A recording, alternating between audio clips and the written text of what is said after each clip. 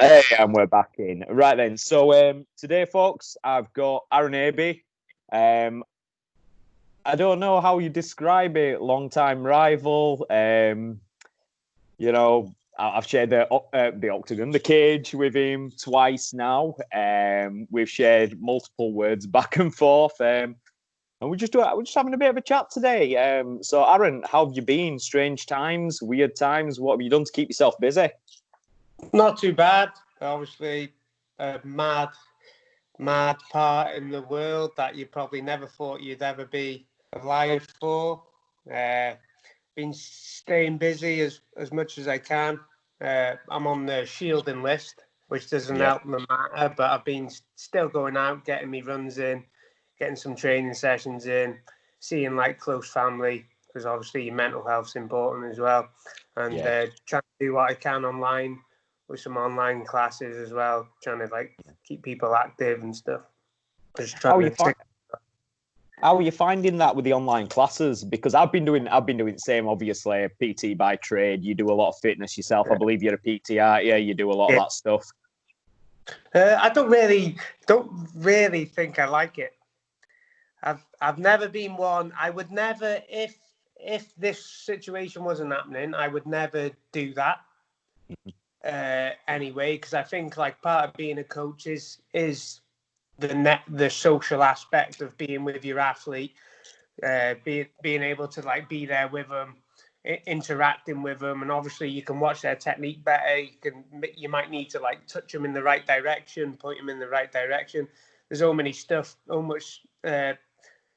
not much stuff you can really do via online, so I don't really like it, and I hope never to do it. Like, you'll never see me doing a online coaching business. So what about you? I mean, online coaching is something that I've used in the past, but more from my straight up PT clients, not my boxing clients or my MMA clients or anything like that.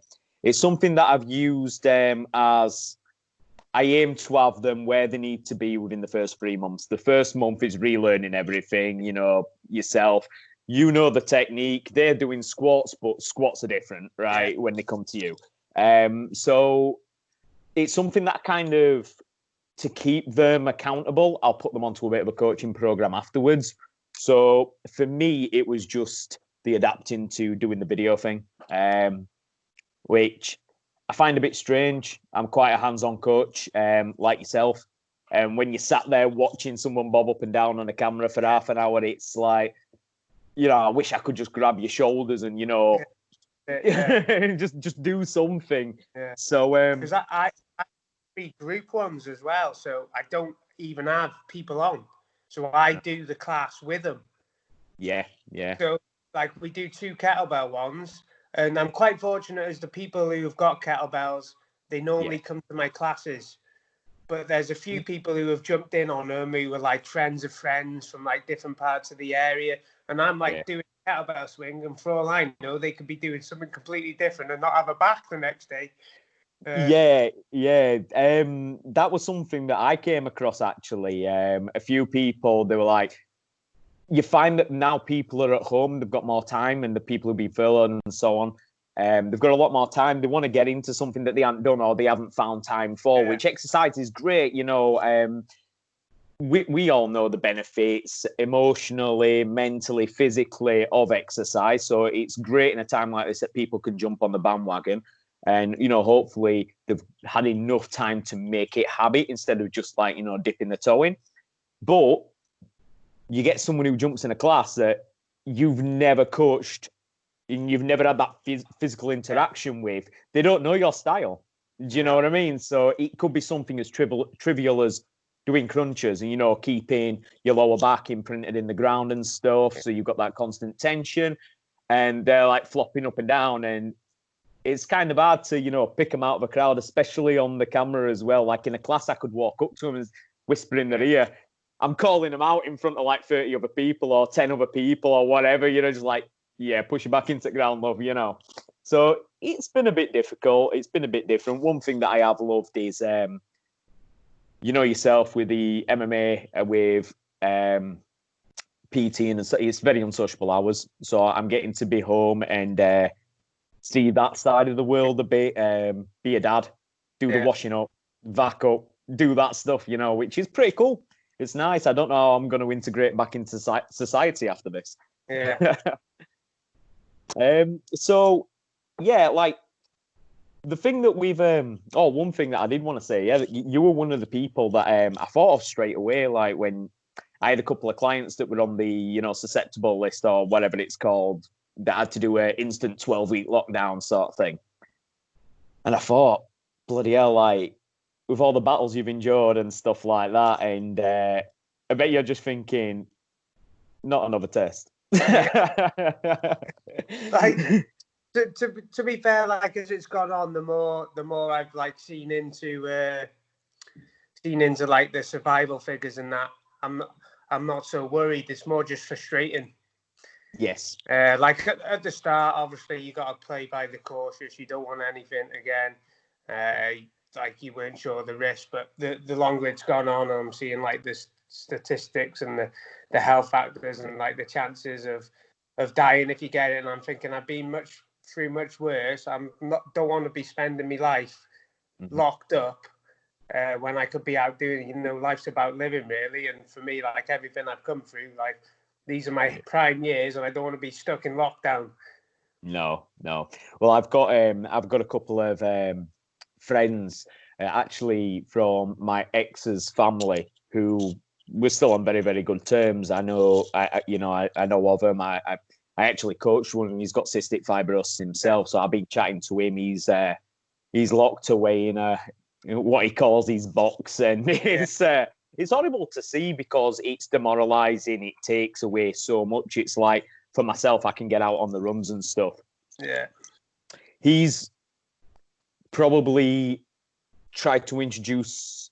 I don't know how it all works, mate. I know it's based on breathing, lungs, and stuff, but he's tried to introduce exercise later on in life, unlike yourself, who's pretty much done it all your life. So he kind of like has one day in, exercising, and then his lungs are killing. You can tell the lack of oxygen. His lips go a bit bluish and stuff like that. So he's really, really trying, but poor kid's locked up right now. We know what to do except for bash away at his Xbox or whatever. So I really do feel for you guys. I'm in like a few CF groups, and some people are dealing with it different. It's affecting more than others. Some people are like in similar mindset to me, though, still getting out, going walking, and getting like some runs in the fresh air. Because as long as you're running in the field on your own, it's still pretty much isolated training. That's it.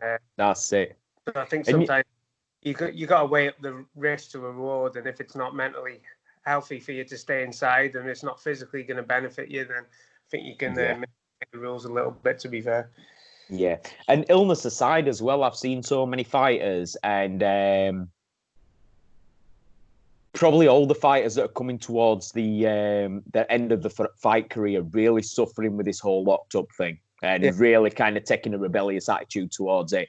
I'm not on board with everything the government's saying. Like, I don't believe. I believe what they're saying is partially true, but there's a difference between knowing 2/5 of the truth and the whole truth. You know what I mean? So I believe there is a virus. I don't believe in the statistics and stuff like that, but that's a different story for for a different time. We could probably spend a couple of hours on doing Well, I've actually got a friend who's she's a doctor in Leeds and in the LGI, which is the big one around us. And she, I can't mention any names, and I may have just disguised the gender as well by calling her a she. But she basically said to me about the whole labeling people as COVID but aren't COVID. Yeah. Padding the numbers. And obviously, if people do pass away from COVID as a hospital, they make more money. Yeah. And I believe that to be very true. I heard it from the horse's mouth, and it's something that's kind of bothered me a little bit because it makes you think, why are we being locked up? What's going on here, Well, my worry as well is speaking to a couple of doctors I know, and nurses that, like, I've missed 2 cancer appointments, Mm-hmm. 2 cystic fibrosis appointments myself in 12 weeks. So I've had no blood tests, no scans, no lung function tests, and also a friend who is a doctor who diagnoses cancer has said that they've diagnosed 30% of the cases that they diagnosed by the same point last year. So he's worried that 70% of people are missing cancer diagnoses, not starting their treatment because either they're too scared or they weren't at first letting like checkup appointments going ahead. Yep. So that again is worrying me and pissing me off as well. Yeah, and it just makes you think that the whole COVID-19 is just a nucleus of, it's the tree trunk, and there's all these branches coming off that people aren't taking notice of.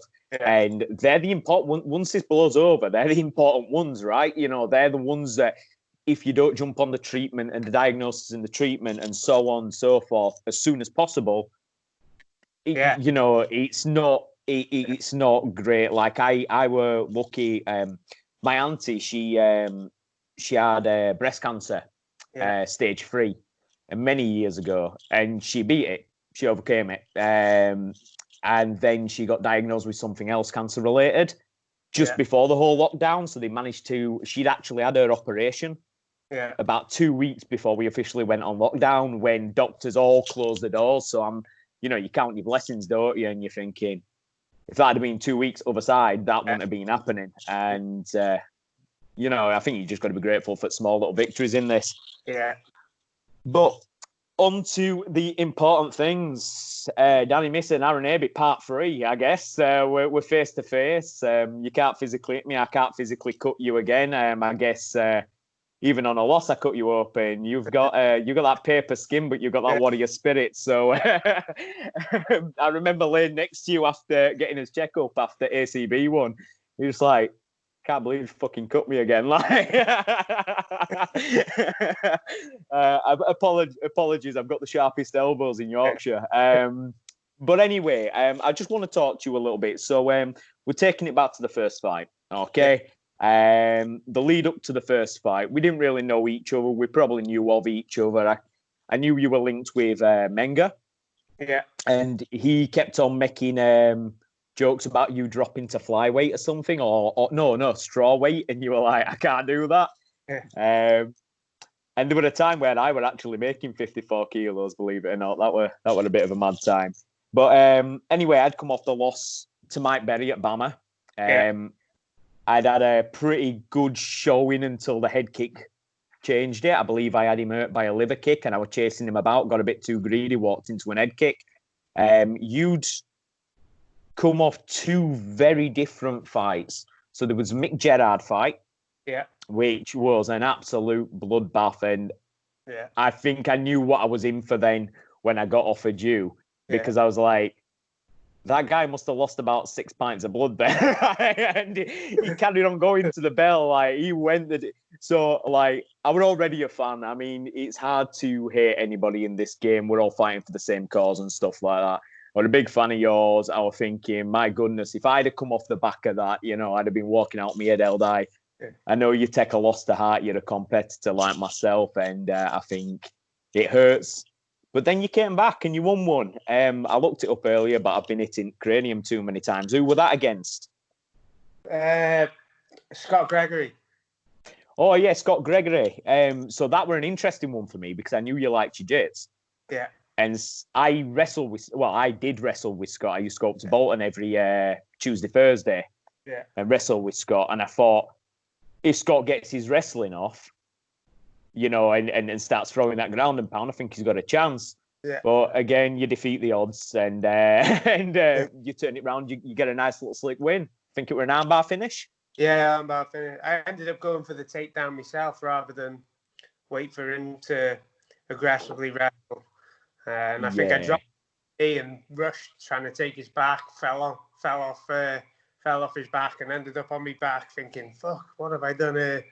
And getting the armbar finish. So Didn't end up too bad.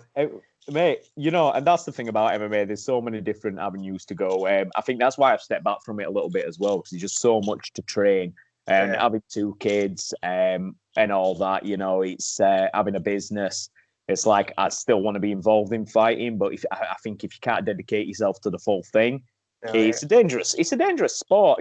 Things happen. You slipped off his back. Lucky you had your wits about you to, whip up an armbar. But man, I loved watching that fight, and I was gutted at the time because I obviously had more of a connection with Scott. Yeah. But I watched a lot of your tape when I found out I was fighting you. So, anyways, I get the offer. To fight you. Yeah. And I didn't hesitate. I was like, yeah, let's do this. Yeah. Okay, I wasn't one for ever taking a loss and sitting back and, licking my wounds or out like that. I wanted to get back in there and just do it again. Put it right this time. I'd watched a lot of your footage. I'd heard about your story. And leading up to it, I did an interview with Canadian Steve. Yeah. I'm calling him Canadian Steve now. I called him American Steve when I was commentating with him. Nearly killed me. Canadian Steve. And the tagline to that was, this is going to be a career-shortening fight for either one of us. Okay, because I know how you fight. You never say die. And I kill or my whole motto is kill or be killed. Yeah. I'd rather get knocked out than go at distance. If I can't knock you out, or so be it. That's just how I fight. I wear me out on my sleeve. I go out on my shields, and that's how I do it. So we've been matched up here. I know you did a couple of interviews. What are you thinking at this point? I watched UV Mick Gerard. Yeah. Because I fought on the same show. Mm-hmm. So I knew you were good. My plan going into the fight was to stand and strike. Right. Which was surprising for me, but I'd seen you in a couple of grappling comps. Yeah. And I'm not sure who you competed against. A couple of my teammates in grappling comps. Okay. And the plan was to go in for the fight and strike that one, and then I think that's what screwed me over almost. Yeah. When I ended up on the cage in the double leg, I'm fighting with my mind, saying, "No, you're meant to strike. You can take him down. No, you're meant to strike." And then by the time that I'm questioning that thought in my head, I've eaten about 20 elbows. Yep. That was the start of the end. But up to the fight, obviously, I'd seen that fight with Mick Gerard. I knew about you because at the time when we were coming up in pros, there wasn't many of us. No. It was a really good level at flyweight. Both of us had fought Mick Gerard within 4 or 5 pro fights, who was a really good competitor, had all the amateur belts. I fought Josh Banger on my pro debut, who was ranked 17th at the time in the top 20. So I knew it was going to be a tough fight. Mm-hmm. How hard does Gerard hit? Because my God, I remember getting I think it was the Kimura to the helicopter armbar on him eventually. Yeah. But I counted about 70 elbows through the first 7.5 minutes of that fight. And funny story about that. I went back to my corner and Danny Mitchell said to me, he goes, are you ready to go back out? Yeah. And I went, what? And he goes, round 2? And I went, round 2? I didn't even know it was round 2. He'd elbowed me that many times in the head. So I went back out and almost a mirror image of the first round. I kicked him. He double kicked me and took me down. Yeah. But all I remember is looking across at him. I saw him in his clothes. And I'm thinking, right, I've got the range on you. Then I saw him without his clothes and he's all arms. Yeah.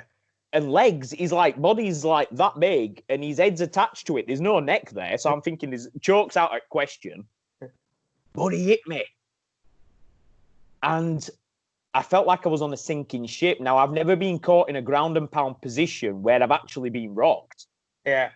And for me, I have nightmares about that sometimes. You know, like when you slip off at the curb and you feel like you're just having a quick fall. It's Gerard's elbow coming towards me head. It's like, oh my god. So how hard did he hit that? Like, did you feel the power? Because he was a specimen.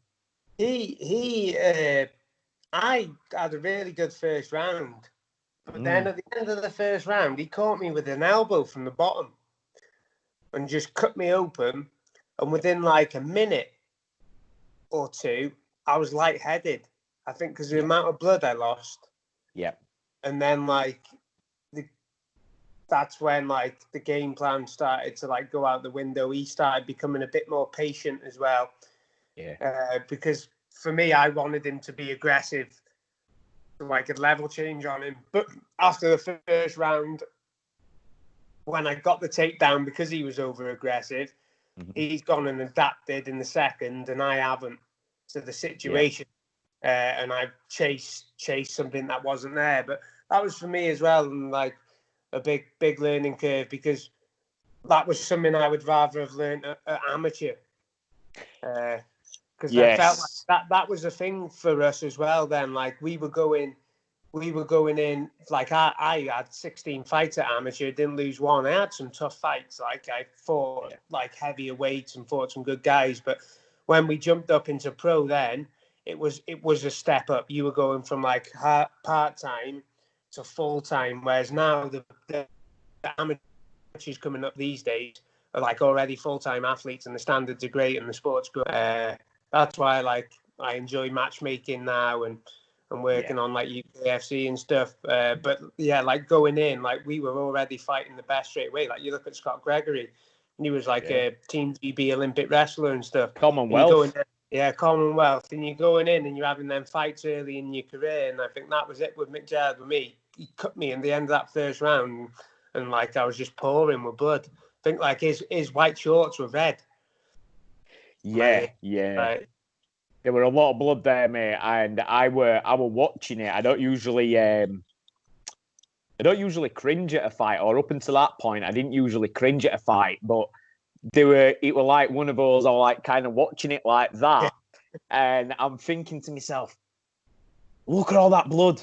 Surely I've never bled that much." And I'm thinking, how's he carrying on? Because that's got to be taking some kind of, obviously.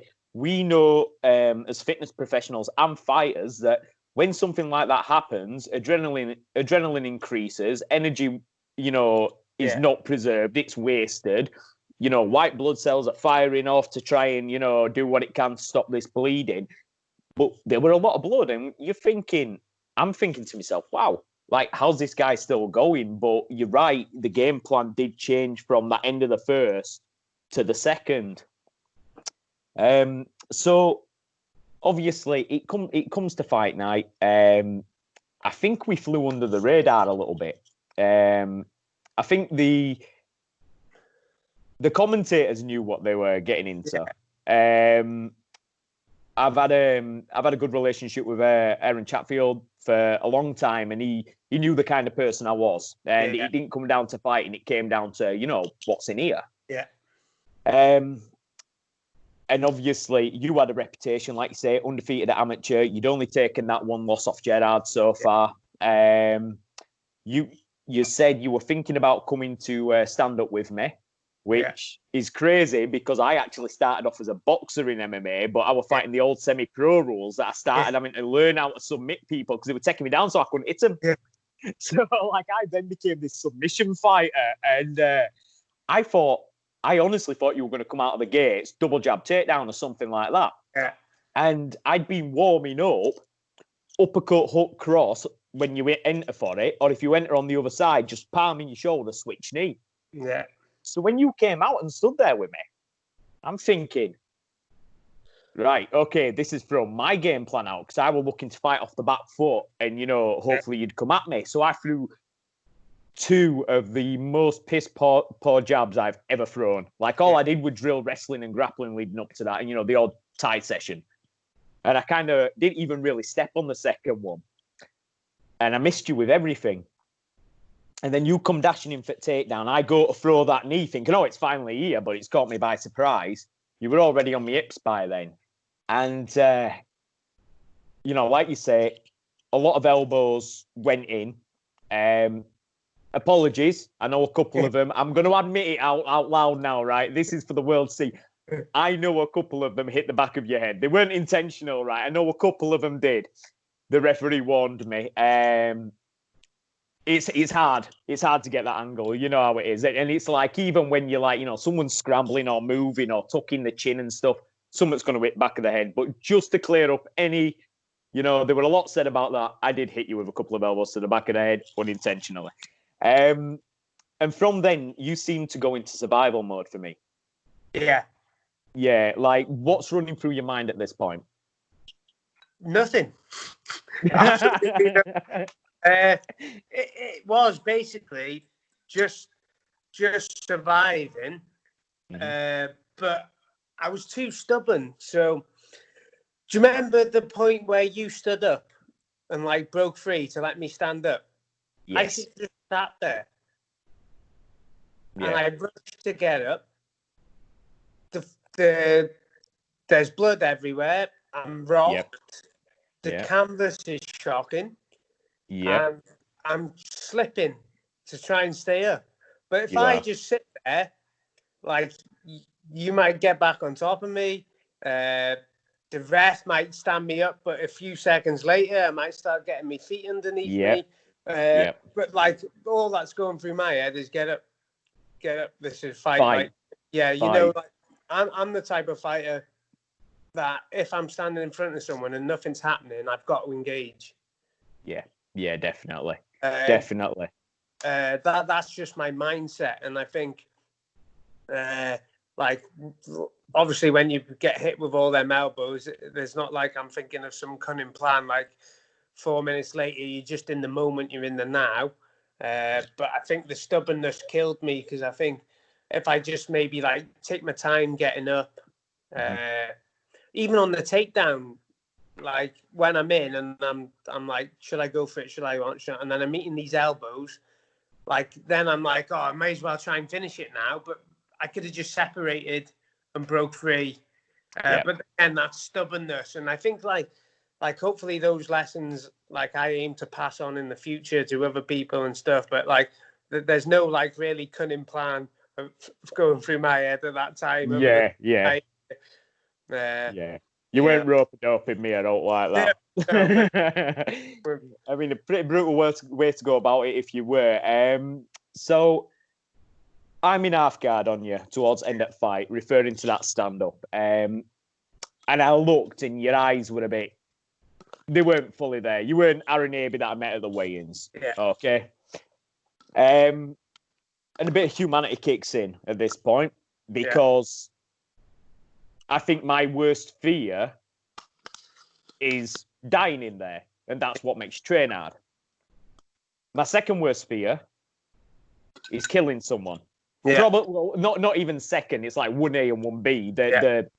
The parallels.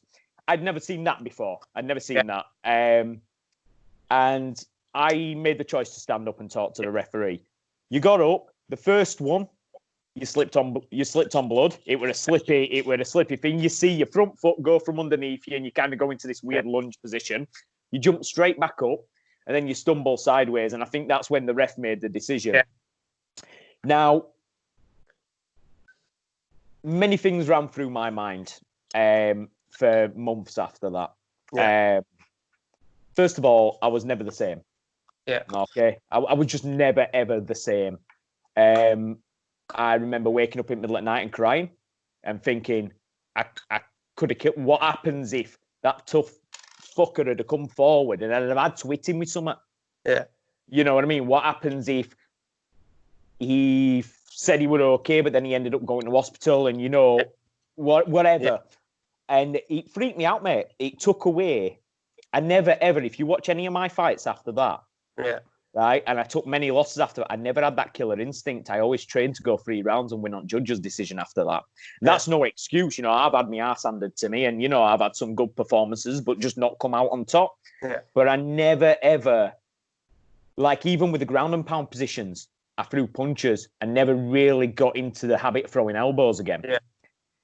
And it messed me up like psychologically as a fighter, and I never got help for it. Looking back now, I wish I'd have gone to some, like a therapist or like, sports therapist or something like that, just to talk and air it out. We know now, we're grown men. We know now that talking's better than bottling things up, but I tried to just bury it and plow on and get on. And I felt all this guilt. I felt guilt, even though we both signed the contract, and vice versa, roles reversed, same could have happened to me. A couple of things entered my mind. I'm like, should I have finished him? Yeah. Should I have carried on? Because that comes down to your spirit. Like, I've seen you fight, and I know that I think that night your head would have rather have fought on. Yeah. Until it were a proper stoppage. But, I think, like, your body wasn't, even if it were just for those 10 seconds, your body wasn't all there. Yeah. So I made that decision to step back, but I always, I didn't regret not finishing you, but I kind of, should I have, how would you have felt about that? Like, would you have rather have been, like, put out, or you're happy it went down how it went? No, I'd rather be put out every day of the week. Yeah, I know. Me too. Yeah. And I think saying that, I'd rather be put out. My only question is, what happens if that had done some long-lasting damage? Because you've come back so much stronger now. Yeah. I mean, it was only a while back you flew out to, like, Dubai on short notice and beat their guy, Like, you've gone on to have this career to the point where, minus the different videos that float around the internet and, the sportsmanship moments and stuff like that, you've probably seen a few. Yeah. I keep getting tagged by my family like I ain't seen it before. It's like reliving a nightmare. And I know you'd rather have been put out, but I honestly believe that for your career, like, not to take any chances at all, I just believe the right thing happened that night. And I think sometimes if you were in my position, right, and I'm stumbling everywhere, what do? Do you turn to ref and say, what's going on here? Or do you run in with a flying knee and take my head off? Yeah, that's the thing. If I'm in your situation, I'm probably doing the same, like thinking the same as you. Like, come on, ref, help me out here. Yeah. But as you're in my situation, you're thinking the same though as well. Exactly. I'd rather be put out, and that's that catch-22, where I believe that the fire and the debate towards the second fight came. So, years pass. I got offered you a few times. I'd kind of left it late, but let's say my sporting, I'd suffered with a little bit of depression and stuff. I decided to be proactive about it.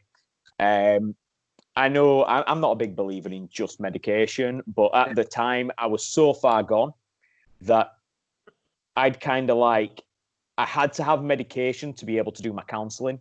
Yeah. You know what I mean? It was like calm me down to open me up. Yeah. So I'd kind of gone through that and stuff. I was on my medication. I'm feeling great. I got offered you again, ACB. Yeah. Okay. I knew the fight would sell. Yeah. But I wanted to sell the fight. I'm a little bit at the time, and not being as healed as I thought I was. I'm a little bit pissed off because I'm thinking, right, I've had my name mentioned by Aaron a few times. Yeah. The only thing that I'm getting from the media is he doesn't think he should have been stopped. Obviously, now we've cleared that up. You know what I mean? Roles reversed, same thing, but as fighters, you want to be put out. So not knowing that at the time, I'm a little bit pissed off. And it starts to lead to this build-up for the next fight. And I say something. I put something that I thought was a funny play on words. Yeah. But it wasn't. Like, I get how people... And do you know what? I can say that I meant this. I only meant it like this, not towards, CF or all like that. But what I've learned in life, and a big part of like my last 5 years, and especially having kids and stuff like that, is it's not what you intend, it's how people perceive it. So you could Yeah. intend something like this, but if 100 people come back and say, no, you meant it like this, then that's what it is. You know what I mean? So I put this thing out, and I really light a fire under you, and for the right reasons as well. I deserve my ass kicking for that, for the way, you know, people saw it. Then it all starts to build up. Your mates, my mates, they all start talking and stuff like that. What's your mindset at that point? Well, actually, before the ACB fight, I got offered you for Almighty. All right. But then they offered me you, and they offered me, I think it might have been just you. I'm not sure if it was late notice or something, but they'd actually disclosed that maybe you're having some sort of like mental health problems at the time, so they weren't sure if the fight was going to go ahead. Yeah. So I ended up saying, like, before the fight, oh, I don't want to fight someone who's got mental health problems. So that's maybe why you didn't find out about it. Because I turned it down for that reason. But because I'd wanted to fight you for ages from the loss, not out of like disrespect, or not because I thought it should have been stopped, or I didn't like you, or I thought you'd like. It was just the fact that I'd fight Mick Gerard. Like, and you know, I'm just a competitor, and you got one over me. I'd like a chance to rewrite it. Like, I changed a lot of things after the fight with you. Like, mentally, I went through depression after the fight, like weeks and weeks of like crying and like not being able to look people in the eye. I didn't weight cut after that fight. That was my last weight cut. I never weight cutted again after that. Never cut water weight. Changed a lot of things. So I'd been wanting to like get that one back for a while, and then I got offered it, but I'm not going to take it while I was told you were struggling. And then obviously one night I'm coaching in the gym, and I've got like 200 notifications. So I'm like checking my phone. It's obviously your status at the time. All right. Yep. So then that's obviously lit a fire under my ass. Motivated me, pissed me off, and then it's like it's. But again, they're the type of situations like I strive in. Yeah, you do. Yeah. Yeah. So then it's just like, let's get ready. Yeah, and throughout that, I really saw, like, not to kiss your ass at all, you know, just being like honest. I saw a different side come out in you, and it was almost like you became this leader. Yeah. Okay, and you were leading this, you know, team of people into battle, and you were fighting for something now. You know what I mean? And it was, I mean, it was horrible how it came about, but it was great to see. Yeah. And you know, good or bad, life teaches us lessons, and you were very confident in yourself. You knew what you wanted to do. Yeah. Now, that post came about through. Now it's mad that we're talking about all this, right? Because I didn't know you wanted to fight me. Yeah. I heard a few, like you did a few interviews, and I think you did something for BBC or something like that, some television channel. And I'd been mentioned in this 2-part documentary. And I kept on asking promoters, well, get us matched up. That's your fight there. Yeah. People want it. He says he wants it. Promoters was coming back to me going, I don't want it. So I'm thinking at this point, I can be witty when I want to be, whether it's good or bad. You know, sometimes I can be witty for comedy. Sometimes I can be witty for being just a pure arsehole. You know, you feed the demon you want to be, right? And I've got to fucking do something. I've got to bring this fucker out of his hole and you know what I mean, get this done, because it's like I feel like there's this overlying, oh, it shouldn't have been stopped. I slipped on blood, but again, it's all Chinese whispers. You know what I mean? We're talking now, and it's probably what we should have done in the first place. I'm thinking I've got to bring this fucker out of his hole, and I've got to literally sell my soul for this. You know what I mean? Yeah. And I knew how I meant it, but I knew it. I'm wise enough and smart enough to see how it can be perceived and taken. And I still hit send because I knew if anything was going to get you out of there, out in front of me, toe to toe, so we could settle this, it was going to take something to. You're a very happy guy. You're a very nice guy. People have got nothing to do but sing your praises. You're almost like the angel and I'm the devil. Right, let's fucking sell it like that. You know what I mean? And this is what's going through my head at the time. Right or wrong? I don't know. But, you know, I know it was wrong in the long run, but at the time, I'm just like, you know, it's kind of like 50-50 here. How are people going to take it? So even my mates took it the wrong way, you know, the way your mates and family took it. But obviously, because they're my mates, are like, yeah, go on, Danny, lad. And it's like, I don't live for that. I don't live for validation of anyone. You know, I'm quite alone. I like that. So obviously, it's building up. We do. This guy comes out with the camera and does an interview. Okay, and you may have seen it, and I saw yours. I know I saw yours. You're very calm about it, and you're like, you know, I'm going to get that win back, basically. But you had this look in your eyes. You had this look in your eyes like something had been woken up and you wanted to go in there and fight.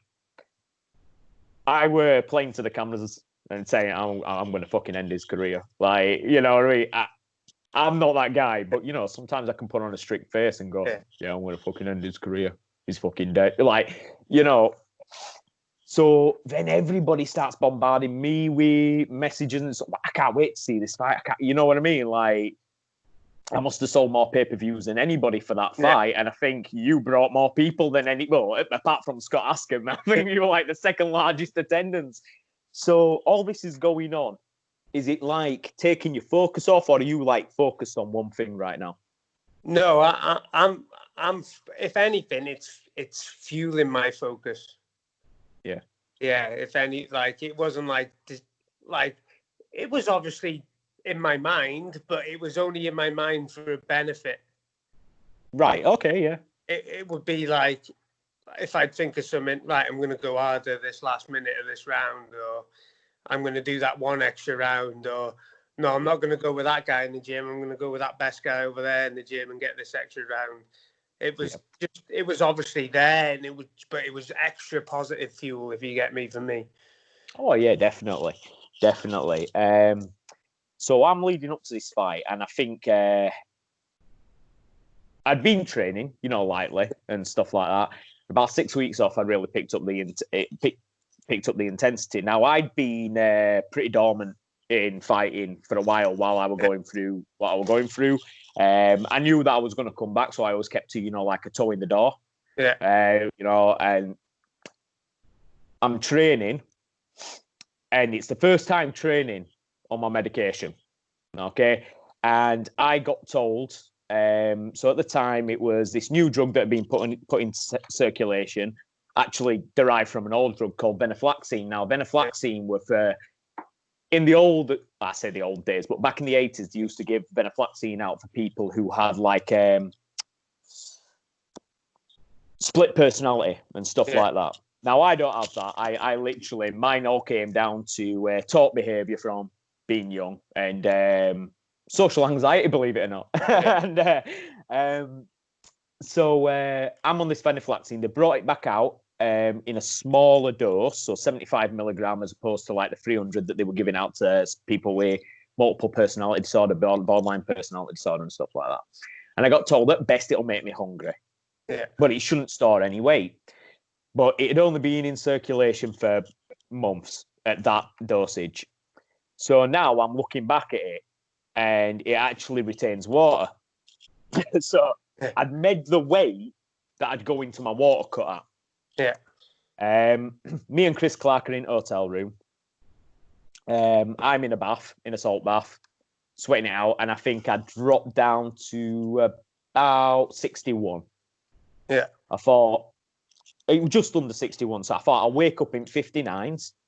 Easy work, £4. There's a sauna on site. I don't usually use a sauna, but there's a sauna on site. So next morning, I get up, I weigh myself, and I'm a little over 60. And I'm thinking, well, that's not right. Where's the weight that I floated? So I get downstairs into the gym. I've got a double sweatsuit on, you know, the plastics and stuff, with a hoodie over the top. I do 10K on a bike. Then I do 10K on a treadmill. Then I do another 5K on the bike, and I go and weigh myself. And I've dropped like 0.3 of a kilogram. So then I go and sit in a sauna. Mohammed Mukai, I can't pronounce his last name, but you know what I'm on about. He was there and he was trying to help me with my sauna in because at this point I'm dead. And I go back up. I'd been in the sauna on and off for it had been about an hour and 15. Been in sauna on and off. And I'm dripping, like literally, I take my sweats off. You know what it's like yourself. You know, you take it off, water pours out. I sit down, let the lightheadedness go, stand up, get dressed. I'm like, I've got all the med weight now. And I think it were a 59, that fight, wasn't it? It was meant to be at 59. Yeah, it was at a catch weight. I'm not sure. Yeah, it was at a catch weight. It would either 59 or 58 points. So anyway, I go back up. And I've lost 0.2 of a kilogram in all that time. And I looked at, I think Herb was there at the time. I looked at Herb Dean and he goes, "You don't look well, mate." And he can see my heart beating through my chest. I said, I'm not making weight. I think, you know, like I'd usually jumped back in and just like died making it. But, you know, things change, priorities change. I've got kids and stuff. I've got to wake up and be a dad next day and stuff. I'm not making weight today, mate. So they call you. And they offer you a bonus of some kind or a penalty, a point deduction. I don't know. So take us through that conversation. Like, what's going through your head at this point?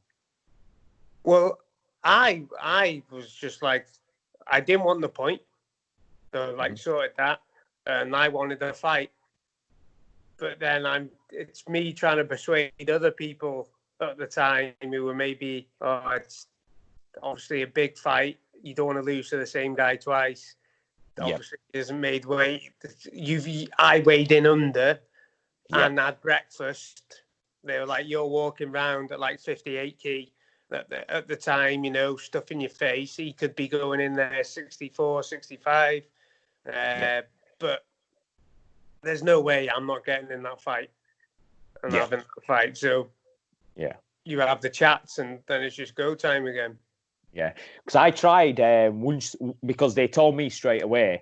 There's like, no, I don't want the point, and I went, give him the point, and they went, don't want the point. I mean, if he wants to fight, give him the point. And they were like, no, it is what it is. So obviously I went and rehydrated and stuff like that. And your mates did the best thing I've ever seen. So my fight banner, they replaced all my logos with like KFC, Burger King, and all that kind of stuff. All that. So I'm thinking, right, I've got to carry on this villain, like, you know, outlook. So I go and stand outside KFC holding my belly. I'd not had a KFC, by the way. I stand outside KFC holding my belly and posted that, you know, just keep your fans entertained. They were loving it. So it comes to weighing day, you know, like we do the public weigh-ins. Yeah. And Carl Prince, really, he's a great corner man for you, not for me, right? Because Carl Prince sees me on my own. My team ain't coming over until fight day. And he's like, I'm going to make this fucking uncomfortable for you, right? And he's like, he's like, "Oh, you're fucking unprofessional. I've never missed weight before, mate." You know what I mean? Like, I think everybody's allowed a blunder, although I wish it hadn't have been at that fight with how big it was. I'd never missed weight before, mate. And he's like, "Why can't you be professional for once in your life?" Like, once I've been professional every time, so I'm getting it up here because I'm still suffering from, you know, the dehydration. I'm still rehydrating and stuff. I'm getting pissed off. Plus, I'm about to see you, right? Yeah.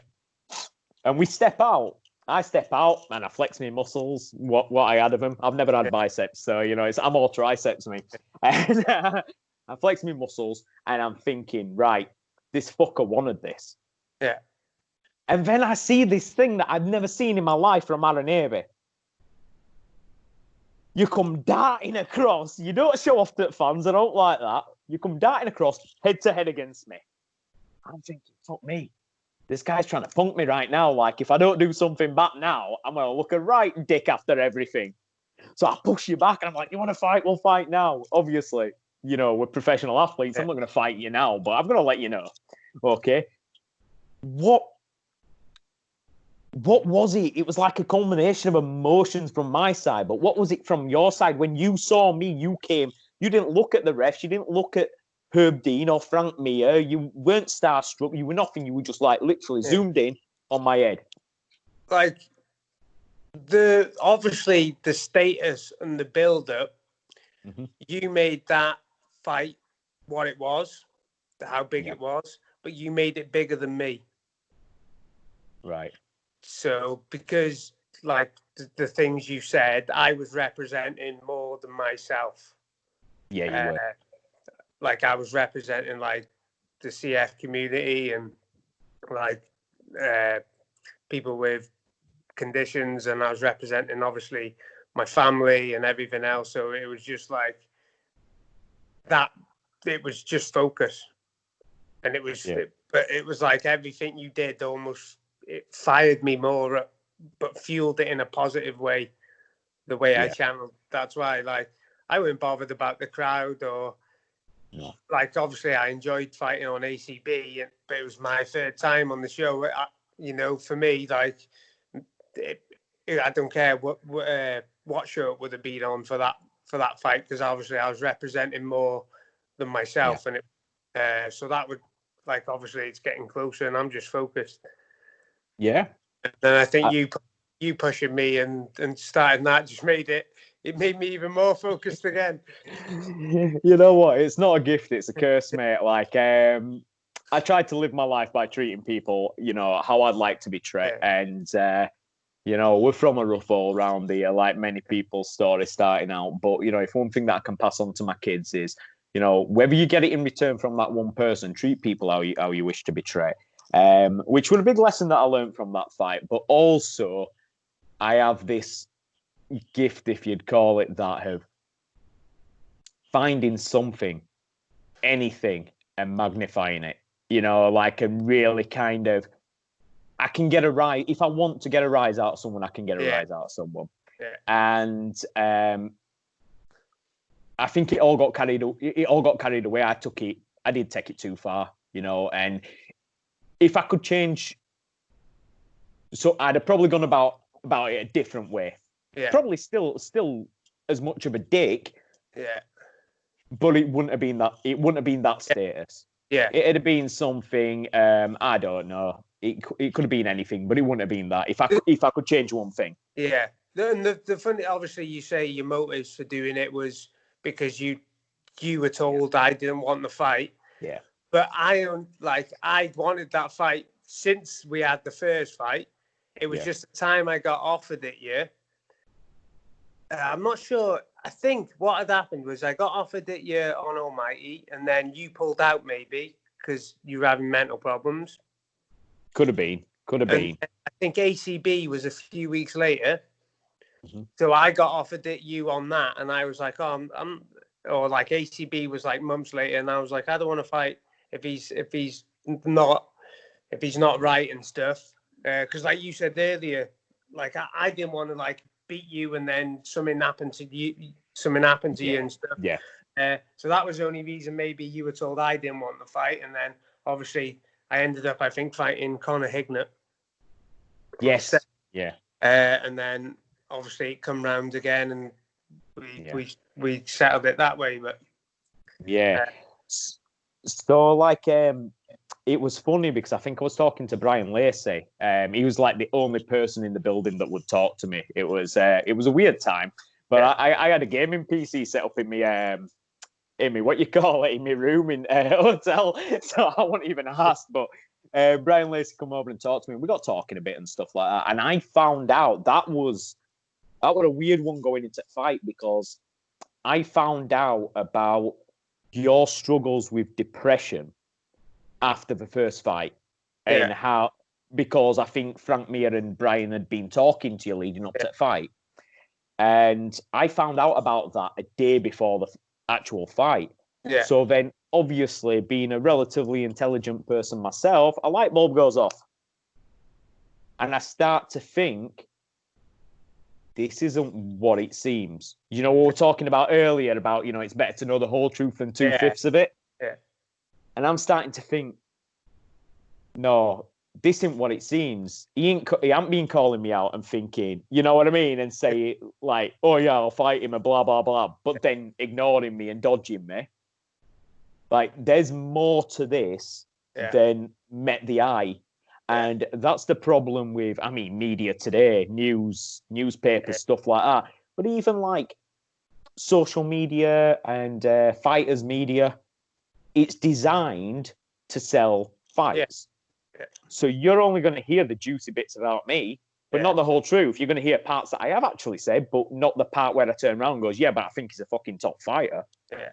You know what I mean? And vice versa. So at this point, it twigs with me, and I'm thinking, now there's more to this. And I didn't even go back. I was smashing NBA at the time. I didn't even go back and put my pad on. Like, I literally laid in bed thinking about this and just trying to piece together the truth I knew versus the truth that I just learned and the little bits in between. Yeah. So anyway, I kind of came to a happy medium, and I thought, right, what I've got to do right now is I've got to go out and I've got to give him a fight of his life. Yeah. Right, and make him earn that. So comes to fight day, I come out to Boom Shake the Room by Fresh Prince and Jazzy Jeff, because I thought, let's put a total different spin on it. Although I could not hear my music because I had hundreds of Welsh people booing me out of the building, right? So I'm kind of dancing and soaking it up, because I'm the villain, right? And I get in the cage, and then your music comes on, and you come out, and I thought you'd come out like you usually do, like FCC. We killed it. Our walkout musics at FCC were like the best of the night, and to be one against the other as well, it was great. You came out something a little bit more dark, I believe, or a bit more intense. Yeah. And I saw you. You walked at top at ramp, and you stopped, and you made eye contact with me, and you walked down that ramp. And have you ever been in a room where you feel like someone's looking at you, and it feels like they're staring a hole inside of your head or something? Like, I felt that through my eyeballs. I'm thinking, oh shit, like this guy is fucked off. Like, what? Obviously, you were just focused, and you had a lot to fight for. You were representing more than yourself, like you say. So you get in, and we start exchanging stuff. And I'd been working on something especially for you, which we'll come to in a minute. And you shoot in, you get some takedowns. I'm climbing up the fence because I'm a wriggly little fucker that don't like being pinned on ground. I throw a couple of back elbows just to put you off. I'm balanced on an arm and stuff. Anyway, we get back to his feet. And this round is seemingly going your way right now. Yeah. Okay, so before we move on, like, how are you feeling right now? Are you feeling, right, I've got him? Yeah, like the fight's never won, but I know I've won the first round, if you get me. Yeah. And then I start to bait you in, and it was beautiful commentary by Lacey and Mia. Because I start to take a step back after we've done this grappling exchange, and there's like 20 seconds left in round. And I hit you with my trademark, it's going to be trademark one day, switch cross, step through spinning back fist. And I clip you right on the tip of the jaw, and you go down. And then I swarm you. What were you feeling then? Because you looked like, from some angles, it looked like you were a little bit off balance. A couple of angles, it looked like a bit of a flash, when you feel like your ears popping, woo, sort of thing. Like, what are you thinking at this point after having such a dominant round and then that? I'm more like pissed off because I think there was less than that to go, with the round. Yeah. I'm thinking, like, don't do something stupid. You've won the round. Yeah. And I'm like, just be wary if he's going to throw something big. So that's going through my head, and then I get caught with it. So then I'm on my back, and I'm all there, but I'm like, you stupid bastard. You were just telling yourself to be careful of this. To be fair, you defended really, really well. Like, your wits were there, you covered up, you tried to roll onto your knees and stuff, and I was just like trying to Donkey Kong you. I'm going back to my corner. I'm thinking, I hope that hasn't cost me the round, right? Because that's the shot I've taken has dropped me. And I'm just thinking, you stupid bastard. Like, and that was all there, and obviously just got to refocus on that. But like, my mates still bring it up to this day, like. I mean that there. I'd been working on because I can fight southpaw now, and it's something that I might not ever use. I've gone into kickboxing and stuff, and I think it's nice to be able to switch and give them a bit of a guess. But it all started. It were John Pop from Leeds, Kia Fonte. that taught me that. He taught me the switch cross head kick. But I was like, no, I can carry this momentum on, right? And I threw a spinning back fist off it, and he goes, that'll kill someone. Yeah. And I was like, yeah, I know it will, right? So I'd been, but like, it'd be worthy of a highlight reel, just that alone, you know what I mean? It would, so I'm sorry that, I mean, I'm just glad that it didn't go about on like, you know, highlight reels again, like, because I thought, fucking hell, he'll never forgive me. So we come out in second round, and I'm feeling a little. I'm not feeling gassed at all, but I'm thinking, yeah, he made me wear his weight. You had a grappling approach to it where you weren't trying to just settle in stone. You were moving with me. I was aiming to tire you out, like, just on your points when I could, grind you down. And I think I wanted to make it a grapple as well, because in the first fight, that's what I wanted. Like, my aim was, because the first fight I was in two minds. This fight is, when I strike, I'm going to strike, and then when I grapple, I'm going to grapple hard and just like wear weight on him, and like, so that was my aim, not to like force or rush anything in the grapple, but just make you work hard. Obviously, I knew you'd had a tough cut. I didn't want, I mean, bad grappling. Like, I fell off the top a couple of times in the fight, and that annoyed me, because obviously I didn't want to be underneath you as well. Well, it would come into the second round, so we have a pretty even back and forth. You're winning it with the takedowns at this point in the second round, because we don't know, that could have been the round that the judges gave me that first one, just because of the knockdown. So we're having a bit of back and forth. You're shooting, you get a nice little double on me and stuff like that. We have a bit of a scramble, and I think I cut you open from the bottom with some elbows from guard. And I think, right, that's it. Make him see his own blood. I was talking to someone. I've always got this inner monologue when I'm fighting. Like, I feel so at peace. But, like, White Goodman off a dodgeball. I'm like, you make me bleed my own blood. And I'm like, I'm chuckling to myself, because I'm a bit of an anarchist when I'm in there. It's my happy place. Then with about 15 seconds possibly left on the clock, I flip you over, or I catch you moving the wrong way, and I scramble. I end up on top and start unleashing some big ground and pound and trying to throw some elbows. Now, obviously, outsiders' perspective, anybody watching it, they see, just my big bombs coming in, like I'm looking to bounce your head off that canvas. What they don't see is, like, minus a couple of little slicing elbows and a couple of punches, the majority of them you caught on the gloves. But, I'm thinking, let's steal this round off at judges like we did in first one, My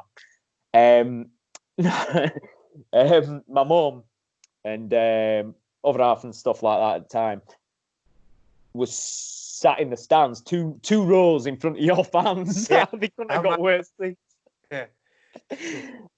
And they were saying to me, when you flipped him over in second round and started throwing elbows, they were going, not again, not again. But obviously it came to an end at round. So at this point, you've got to be thinking, right, my game plan's going good. Like, you've got to be thinking, game plan's on point. Like, it's close, but I'm taking it. So what are you thinking going into that third round? Because obviously you're going into the third round fresher than you went into the second round, because obviously there was the knockdown. You're going into that third round. What are you thinking now? Are you thinking kill, or like just? No, I'm thinking finish the fight. Try and finish it. That's what's going in my mind, and like, other than couple of mistakes, maintain what I've been doing. Maybe I'm not sure if I started thinking you were moving a lot slower, so I was thinking about kicking your legs more. You threw a few of them, mate. Thanks. That was one of the things I thought I'd try and add on. Well, I was looking to. I mean, don't get me wrong. I think cardio were an issue from the cut, and how I think it was evident how much I tried to make weight in the fight by the third round. Because at this point, mate, no word of a lie. If I could, I'd have been breathing through every orifice in my body just to get oxygen in. And I'm thinking to myself, I've got enough in, you know what I mean? I've got enough in my heart to do this. Okay, I just got to do it right. So obviously I'm thinking coming in and finish, because that's my whole mantra, like come in, kill or be killed. Yeah. You're thinking, stick to the game plan, stop making a few silly mistakes, and you've got this. Yeah. I think they were a low blow in third round, and you didn't see it. Believe me, mate. You put me baby makers in my stomach. Like, if I'm going to drop my hands and cover my nuts while you continue to hit me in the face, there's something wrong there, mate. And I think he, at the moment, you're going, I didn't even hit him. And it's like, when they showed that replay, I saw it on big screen while I'm bent over, right? You see me come off my feet. Yeah. That was, if that had hit me in the stomach, that'd have winded me. I'd have been on my hands and knees. Yeah. You caught me in cup, and you actually cracked my cup with that.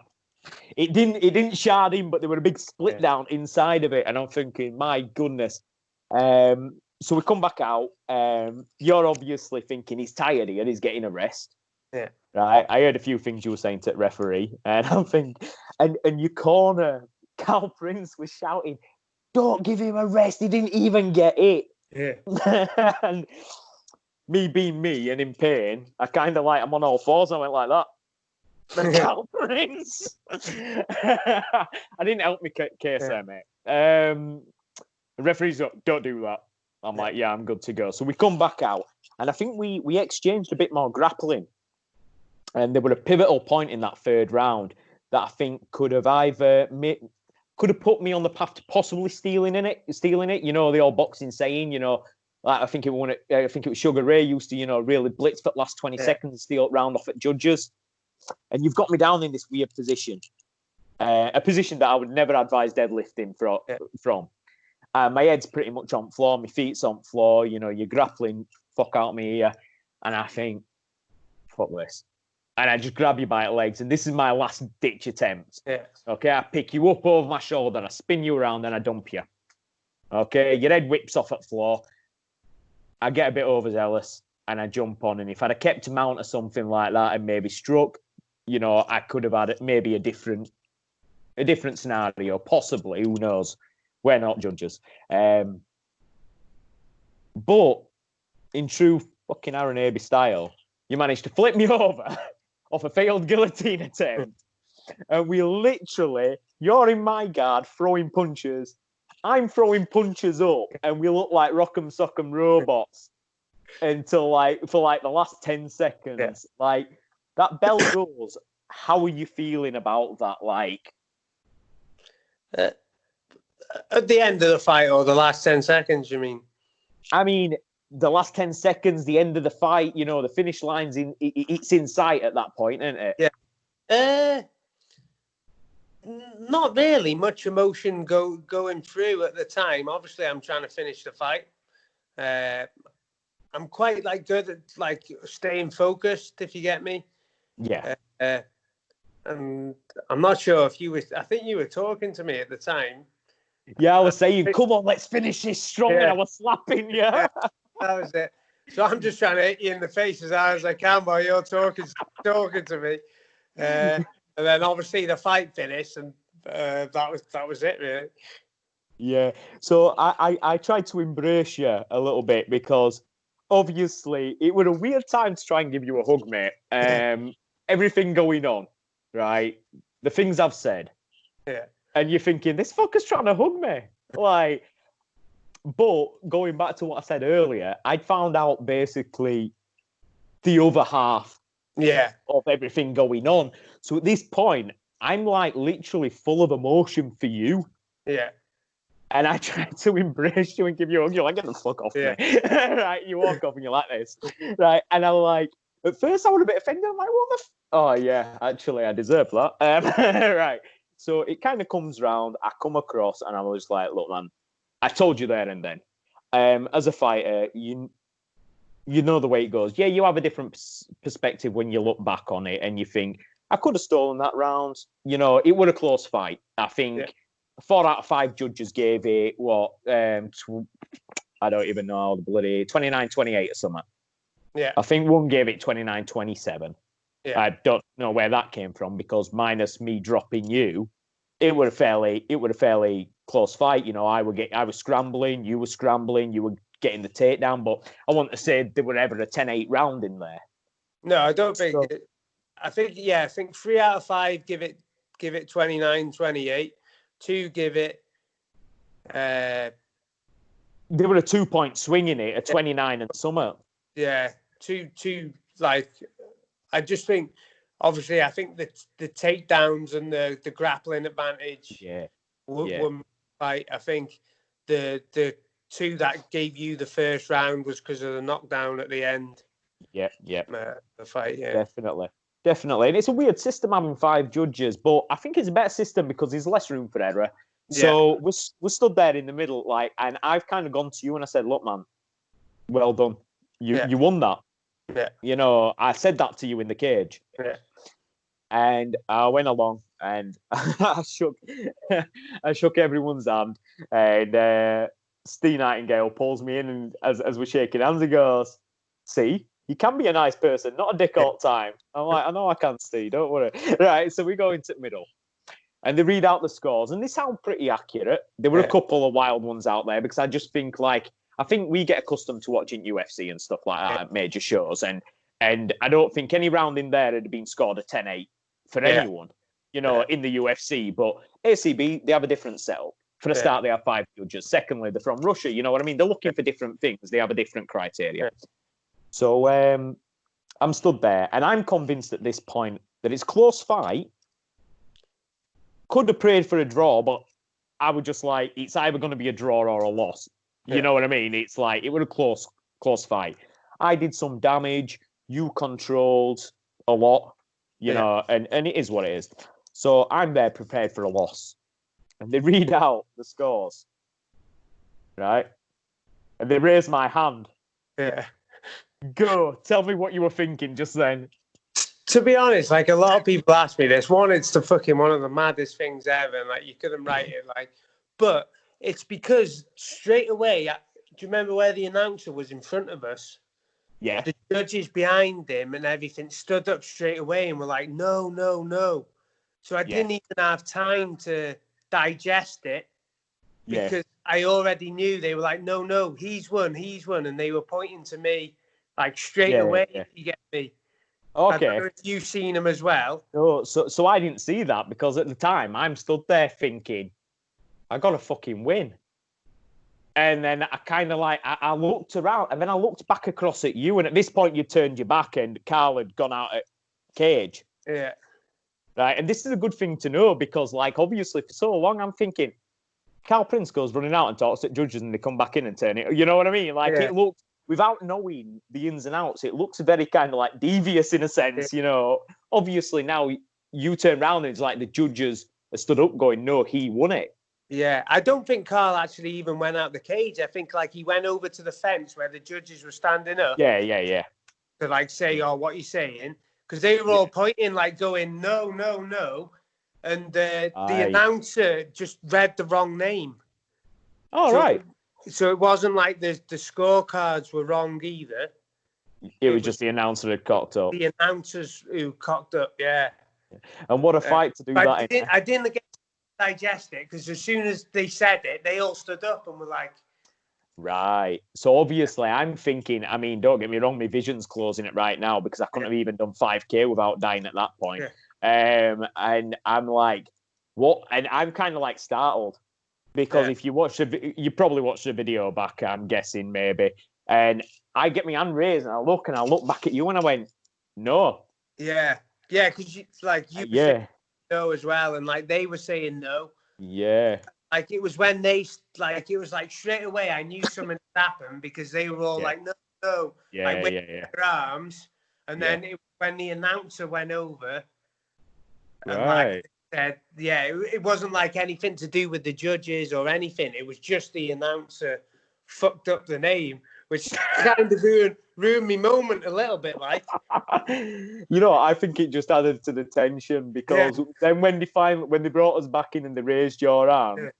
I think by then they were we were both out of fight mode. Everybody were clapping. Yeah. Right. my family, my friends, your family, your friends. I actually went and had a beer with your Yeah, friends later on, and like talked to them and yeah, stuff, and got myself into doing a YouTube video apologizing to you yeah, because of my mates. You've got a good set of mates. yeah, But like at that point, I think I don't think the competition would ever buried because instantly, as a competitor, what you were saying about being a competitor earlier, I'm thinking it's fucking 1-1 now. yeah, And I'm thinking it's fucking 1-1. But for me, and I don't know about you, but I think for you overcoming that as well, it seemed, especially when we were laid in trainer's room, and getting yeah, his war wounds patched up, I think it would almost like, yeah, that fight's done now. You know what I mean? You've kind of gone through and got that hero's story, so to say. You were representing you. It was bigger than you. You were representing more than yourself. And you got the win. yeah, You came and you did it, and I knew it were never going to be like. I mean, no offense or anything, but I think because you don't cut weight, and you are naturally smaller, yeah, it's. I never thought that you were like going to one punch knockout me. yeah, You know what I mean? Like I thought if you're going to finish me, it's going to be a submission or a mistake on my part. yeah, Like a big head kick or something. Because a head kick from anyone can knock anyone out. But I never really feared getting knocked out by your hands. yeah, You've got good hands, you've got wicked technique, but I just, you know what I mean? Like they sting, they hurt, but I just didn't feel that like getting hit. yeah, I was going to go out by that. But yeah, like after it all, I just think I felt a sigh of relief as well. Like it was like the story came full circle. You got the fight that you wanted, yeah, in the first place. The fight that you probably had to learn a few lessons along the way, and take on board, change what you do, learn from it like we do from every win or loss. But that fight, apart from result, because I always want to win, I thought that was the fight that we should have had in the first place. yeah. That was always one of the things that like bothered me was like my performance in the first fight. If you get me, it was. I didn't feel like I performed to my potential, so that was always something that was in the back of my mind as well from the first fight. And then obviously the second fight, it was like that. That again, that's what I thought that should have happened the first time. Yeah. But again, like I said, I learned a lot of lessons from that first fight. Yeah. But that improved me as a person, physically, mentally, and as a fighter, to go on to be, outside of MMA as well as just inside, which is more important. And like up to that, the second fight, that was the start of my journey into cancer, and some of the stuff I'd learned from the journey with you carried me through that battle. Man, I'm gonna cry. Like I'm thinking back, and obviously it wasn't too long after that you got the diagnosis, right? So, like, not only I don't look at you, and I don't want you to take offense by this, but I don't look at you as someone with cystic fibrosis. When I read your story, I do, but I can't treat you like somebody who's No, that's what I want, though. Yeah, you know what I mean? I'm not going to come in and think, oh, I'm fighting someone. Like, Yeah. I had a couple of friends that said, yeah, but that kid had cystic fibrosis. And I'm like, have you ever fucking fought him? You know what I mean? Like you don't, when I see you fight, I don't see, oh, he's doing good for someone with cystic fibrosis. I'm like, no, this guy is legitimately in the rankings, regardless, and I could never, ever, I know you'd not want anybody who wanted that pity, you know what I mean? Or that kind of like, because you do what you do. And that's just part of it. That's like, I do what I do and I've got 2 kids or whatever, probably not as, extreme, but, it's part of his life. And you know, it's admirable, but I couldn't ever look at you like, oh yeah, you got cystic. I'll take it easy, or I'll do this instead. Nah, fuck that. I'm going to hit you in face. If you're in there with me, I'm hitting you in face, and you're hitting me in face. But it wasn't too long after that you got the diagnosis for the cancer, and I followed your story. I just didn't know how to reach out to you at first because of everything that went on. And then one day I just thought, fuck it, I'm just going to drop this dude a message and see what comes back. And that one that was scarier than fighting you, mate, because obviously a lot had gone on. Yeah. And obviously understanding the whole cystic fibrosis thing and what additionally you would have to go through for the cancer treatment. I would just I made a joke, what would Aaron Abbey do? Banned. And it's like, no, it's a legitimate thing, I couldn't ever imagine going through that. But that aside, I couldn't ever imagine doing what you do as well, you know what I mean? Like with the fighting and stuff. Like, you've really kind of... You never made an excuse. Ever. You've made a reason to do it better. And, man, I was thinking... We fought that fight, and there were no doubt in my mind that you were probably suffering in some way, whether it were, a lower stage or what, with the testicular cancer already.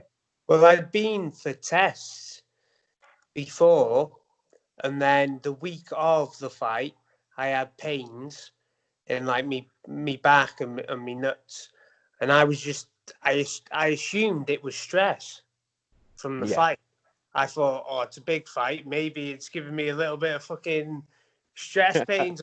I'd already had tests. Well, I hadn't had tests. I'd been to the doctors, and he just said he thought it was an infection.